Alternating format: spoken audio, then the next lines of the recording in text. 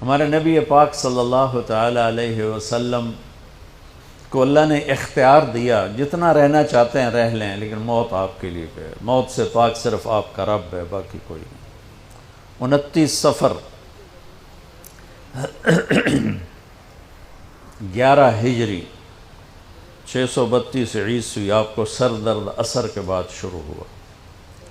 آپ ایک جنازے میں تھے جنت البقیع، وہ درد تیز ہو گیا، گھر پہنچتے پہنچتے حضرت عائشہ کی گھر کی باری تھی اور تیز بخار میں تبدیل ہو گئی۔ تو یہ مہینہ 29 کا تھا، 29 دن یہ اور 12 دن اگلے، 13 دن آپ نے بخار اور سر درد میں گزارے، اور اسی بیماری میں جا کے نمازیں پڑھاتے تھے۔ آپ کے جانے میں 5 دن باقی تھے تو آپ کا بخار بہت تیز ہو گیا، تو آپ نے فرمایا کہ مجھے 7 کنوؤں کا پانی لا کر غسل دو۔ تو 7 مشکاں وڈیاں وڈیاں بھر کے لے آندیاں صحابہ نے، الگ الگ کنواں تو حضرت عائشہ کے گھر میں ٹپ نہیں تھا، تو حضرت حفصہ کے گھر سے ٹپ منگوایا گیا۔ آپ تہمت باندھ کے اس میں بیٹھے اور ایک ایک مشک آپ پر ڈالتے گئے تو اس سے پانی سے بخار کا زور ٹوٹ گیا، تو آپ نے پٹی باندھی سر درد کی وجہ سے، اور حضرت علی اور فضل بن عباس رضی اللہ عنہما علیہم السلام ان کے کندھوں پر ہاتھ رکھے ہوئے آپ مسجد میں تشریف لائے۔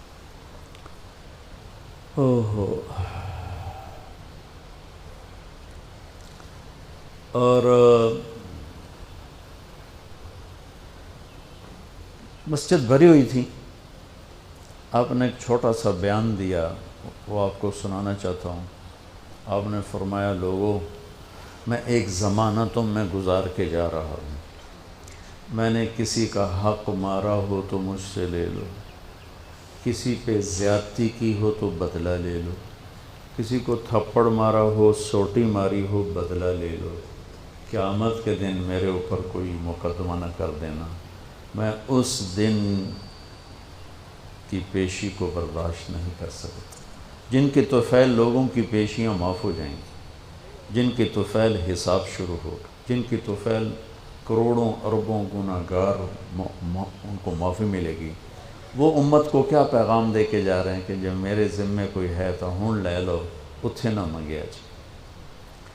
آپ نے اس کو اتنا دہرایا کہ صحابہ رونے لگے، تو آپ نے اتر کے ظہر کی نماز پڑھائی، پھر ممبر پہ آ گئے، پھر اسی بات کو دہرایا، میں نے کسی کا حق مارا ہو، کسی کو تھپڑ مارا ہو، کسی کو سوٹی ماری ہو، کسی پر زیادتی کی ہو، یہ میری جان بھی حاضر ہے، میرا مال بھی حاضر ہے، یہیں فیصلہ کرو میرے ساتھ، آگے نہ اٹھانا۔ ایک آدمی کھڑے ہو گئے، یا رسول اللہ، آپ نے میرے 3 روپے دینے۔ آپ نے فرمایا، ضرور دینے ہوں گے پر مجھے یاد نہیں، ذرا یاد تو کراؤ۔ کہ یا رسول اللہ، آپ کے پاس سائل آیا تھا تو آپ کبھی سائل کو لوٹاتے نہیں تھے کہ نہیں بھی میرے کو ہے کوئی نہیں، یہاں تک کہتے تھے وہ فلاں دکاندار سے جا کے ادھار لے لے، جب میرے پاس آئیں گے میں تیرا ادھار چکا دوں، خالی نہیں بھیجتے تھے۔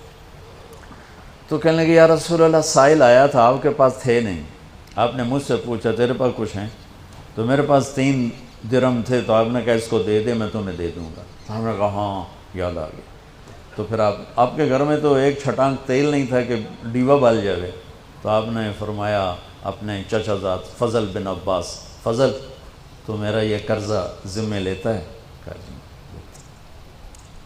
تو ایک عجیب بات بتاؤں، آپ مقروض کا جنازہ نہیں پڑھاتے تھے، جس کے سر پہ قرضہ ہوتا تھا اس کا جنازہ نہیں پڑھاتے تھے، ساری زندگی خود قرضہ لیا، لیکن قرض لینے دینے میں انسان سے جو پھر بے اصولیاں ہوتی ہیں، اس میں جو نفرتیں پیدا ہوتی ہیں۔ اب دیکھتے نہیں ہو یہ فیصل آباد کے بازاروں میں روزانہ تاجر کیسے گریبان پکڑ کے ماں بہن کی گالیاں دے رہے ہوتے۔ میں ان تاجروں سے کہتا ہوں یا ادھار دینا بند کرو یا گالیاں دینا بند کرو، کیوں کسی کی بیٹی کی عزت کو اچھالتے ہو؟ لاکھ 2 لاکھ کے پیچھے نہ کسی کی ماں چھوڑتے ہو نہ بہن چھوڑتے ہو. بھائی وہ حقوق کا معاملہ بہت سخت. تو میرے نبی جیسی پاک ہستی حقوق کے بارے میں کہہ رہے ہیں بھائی جو کوئی بدلہ لینا جائے اتھے ہی لے لو. تو صحابہ حاضر خدمت ہوئے، یا رسول اللہ لگتا ہے جانے کا وقت قریب ہے. تو آپ رونے لگے. آپ نے کہا میں تمہیں اللہ کے سپرد کرتا ہوں، اللہ تمہارا ساتھی اور حامی اور ناصر ہو. جمعرات کا دن عشاء کی نماز آپ پڑھانے کے لیے اٹھے اور غش آیا اور دوبارہ لیٹ گئے. تو پھر تھوڑی دیر کے بعد آپ کو دوبارہ ہوش آیا تو آپ نے فرمایا عشاء کی نماز ہو گئی ہے؟ کہا جی نہیں، آپ کا انتظار ہے. تو آپ اٹھنے لگے، پھر اٹھ نہیں سکے، پھر لیٹ گئے. پھر تیسری دفعہ آپ اٹھے، عشاء کی نماز ہو گئی. کہا جی آپ کا انتظار ہے. تو آپ پھر اٹھنا چاہا، نہیں اٹھ سکے. تو آپ نے فرمایا ابو بکر سے کہو عشاء کی نماز پڑھائے. تو ابو بکر ذرا پیچھے کھڑے تھے، عمر آگے کھڑے تھے. تو لوگوں نے کہا نماز ہی پڑھاونی، کوئی پڑھا دے. تو انہوں نے عمر کو آگے کر دیا، وہ پہلی صف میں کھڑے تھے. جب حضرت عمر نے اللہ اکبر کی تو آپ نے اندر میں آواز سنی تو زور سے فرمایا کہ عمر کو پیچھے کرو، ابو بکر کو آگے کرو. میرے رب کا فرمان ہے میرے مصلی پر صرف ابو بکر کھڑا ہو سکتا. تو عمر کو پیچھے کیا گیا اور ابو بکر کو آگے کیا گیا. تو جمعرات کی 1 نماز عشاء اور جمعے کی 5، ہفتے کی 5، اتوار کی 5، 15، فجر کی 1. تو جمعرات اور پیر کی 1 اور یہ 15، 17 نمازیں آپ نے پڑھائیں اللہ کے نبی کی موجودگی میں. تو ہفتے کا دن تھا تو جبریل آئے، یا رسول اللہ مجھے اللہ نے آپ کی خدمت میں بھیجا ہے کہ میں آپ کا حال پوچھ کے ہوں، آپ کا کیا حال ہے؟ تو آپ نے کہا جبریل بڑی تکلیف ہے. اتوار کو پھر اللہ کے نبی کی خدمت میں جبریل ہے، یا رسول اللہ مجھے اللہ نے بھیجا ہے میں پوچھ کے ہوں کہ آپ کا کیا حال ہے؟ آپ نے کہا جبریل بڑی تکلیف ہے. پیر کے دن، ہفتے کے دن آپ ظہر کی نماز کے لیے حضرت علی اور فضل بن عباس کے کندھوں پہ ہاتھ رکھ کر آپ مسجد میں انٹر ہوئے. ابو بکر نماز پڑھا رہے تھے. تو آپ نے یہاں سے محسوس کیا کہ اللہ کے نبی انٹر ہو رہے ہیں تو وہ پیچھے ہٹنے لگے. تو آپ نے ایسے ہاتھ کا اشارہ کر کے روکا اور ان کی لیفٹ سائڈ بیٹھ کر آپ نے 4 رکعت نماز ظہر یا عصر ادا فرمائی. یہ آپ کی آخری ملاقات تھی اپنی امت کے ساتھ. اس کے بعد آپ اللہ کی خدمت کے پاس حاضر ہو گئے. پیر کی صبح ہو آپ نے تھوڑا سا دروازہ کھول کے امت کو نماز پڑھتے دیکھا. تو جب دروازہ کھلنے کی آواز آئی تو حضرت انس فرماتے ہیں کہ سارے نمازی ایسے بھولے کہ جیسے نماز میں ہم ہیں ہی نہیں، اور سارے اللہ کے نبی کو یوں دیکھنے لگے. ایسے کسی کو یاد ہی نہیں رہے کہ ہم نماز پڑھ رہے ہیں، سب یوں دیکھ رہے ہیں. جب آپ نے دیکھا یہ تو نماز میں ہی میری طرف متوجہ ہو گئے اور نماز میں کمی آ رہی، تو آپ نے پھر پردہ گرا دیا. یہ آپ کا اور امت کا آخری دیدار تھا. تو اشراق کے بعد آپ نے یہ 7 جون سخت گرمی تھی اور 12 ربیع الاول 632 عیسوی اور 11 ہجری. تو آپ نے اپنی ساری بیگمات کو بلایا.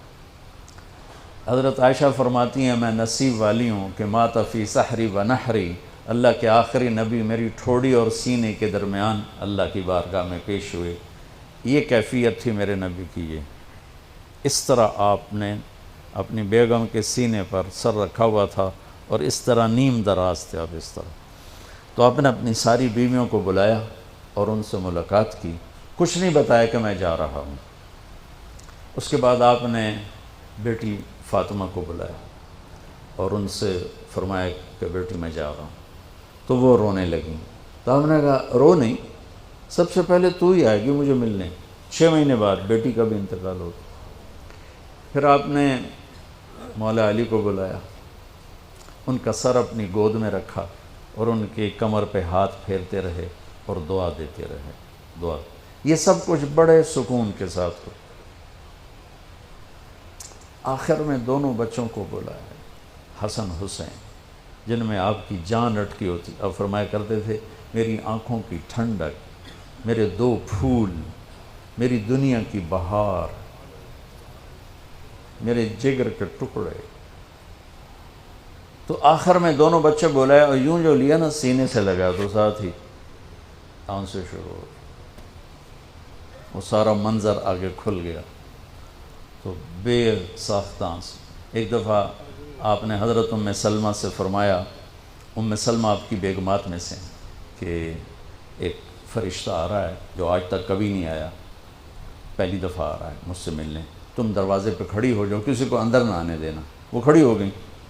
تھوڑی دیر میں کہیں سے امام حسین آ گئے کھیلتے ہوئے، وہ اندر جانے لگے، انہوں نے روک لیا. روکا تو وہ رونے لگے، روئے تو انہوں نے چھوڑ دیا. تھوڑی دیر کے بعد اندر سے زور زور سے رونے کی آواز آئی اللہ کے نبی کی، تڑپ تڑپ کے رونے کی آواز. اندر گئے تو کیا دیکھا کہ آپ نے حسین کو یوں سینے سے لگایا ہوا تھا زور سے، اور یہ آپ کی کیفیت تھی، ہل ہل کے رو رہے اس طرح، پوری باڈی آپ کی غم کی وجہ سے ایسے کانپ رہی، شیورنگ تھی ایسے. تو حضرت ام سلمہ نے پوچھا یا رسول اللہ میرے ماں باپ قربان، کیوں رو رہے ہیں، کیا ہوا؟ کہا یہ فرشتہ میرے پاس کھڑا ہے، مجھے کہہ رہا ہے آپ کو اس سے بہت پیار ہے. میں کہہ رہا ہوں ہاں. مجھے کہہ رہا ہے آپ کی امت ہی اس کو ذبح کر دے گی، اور مجھے وہ مٹی دکھائی ہے جس میں اس کا خون گرے گا. تو وہ ان دونوں کو گلے سے جو لگایا نا تو بے ساختہ آنسو، پھر ان کو بھی رخصت فرما دی. بس ان کے جانے کے تھوڑی دیر بعد جبریل آ کے کھڑے ہو گئے. آپ نے فرمایا کیا بات؟ کہنے لگے جی باہر ملک الموت کھڑا ہے، اندر آنے کی اجازت چاہتا. آپ نے کہا آ جائے.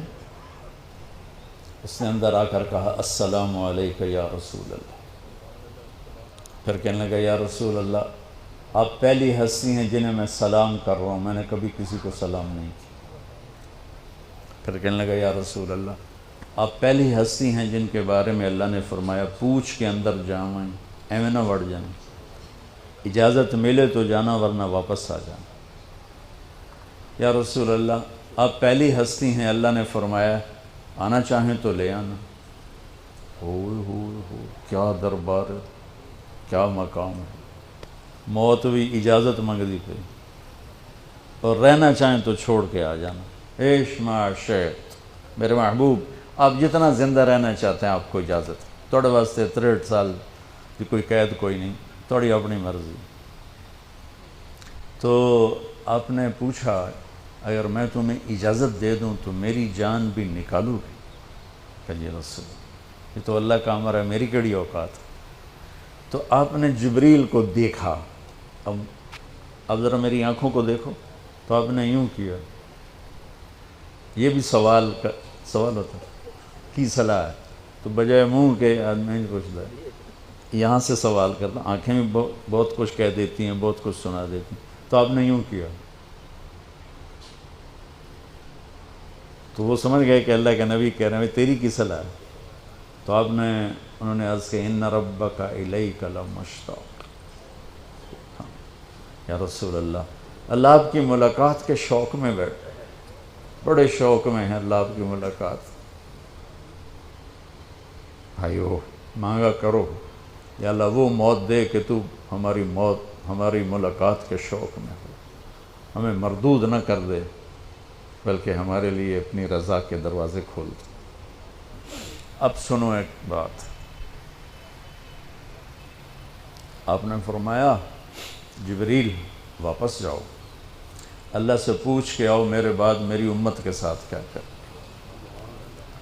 حسن حسین کو دیکھ لیا ہے کیا ہونے والا ہے، ان کے لیے کچھ بھی نہیں مانگا، ان کو قربانی بنا دیا، اپنی اولاد کو قربانی بنا دیا، ان کو ذبح ہونے کے لیے چھوڑ دیا.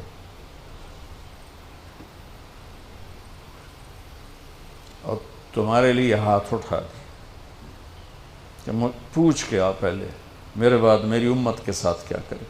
سن لو میری بات، میرے رب کی قسم، عزت و جلال کی بریائی کی قسم، اگر میرے نبی یہ بات نہ اٹھاتے تو آج ہم باندر اور خنزیر اور کتے ہوتے، انسان کوئی نہ ہوتے. ایک مچھی کھادی آئی موسیٰ علیہ السلام دی قوم تے اللہ باندر بنا چھڑے سے کونو قردتن خاسئین قرآن بندر بن جاؤ ذلیل و خوار ہو کر. اور پابندی کیا تھی؟ ہفتے نو مچھی نہ کھاؤ.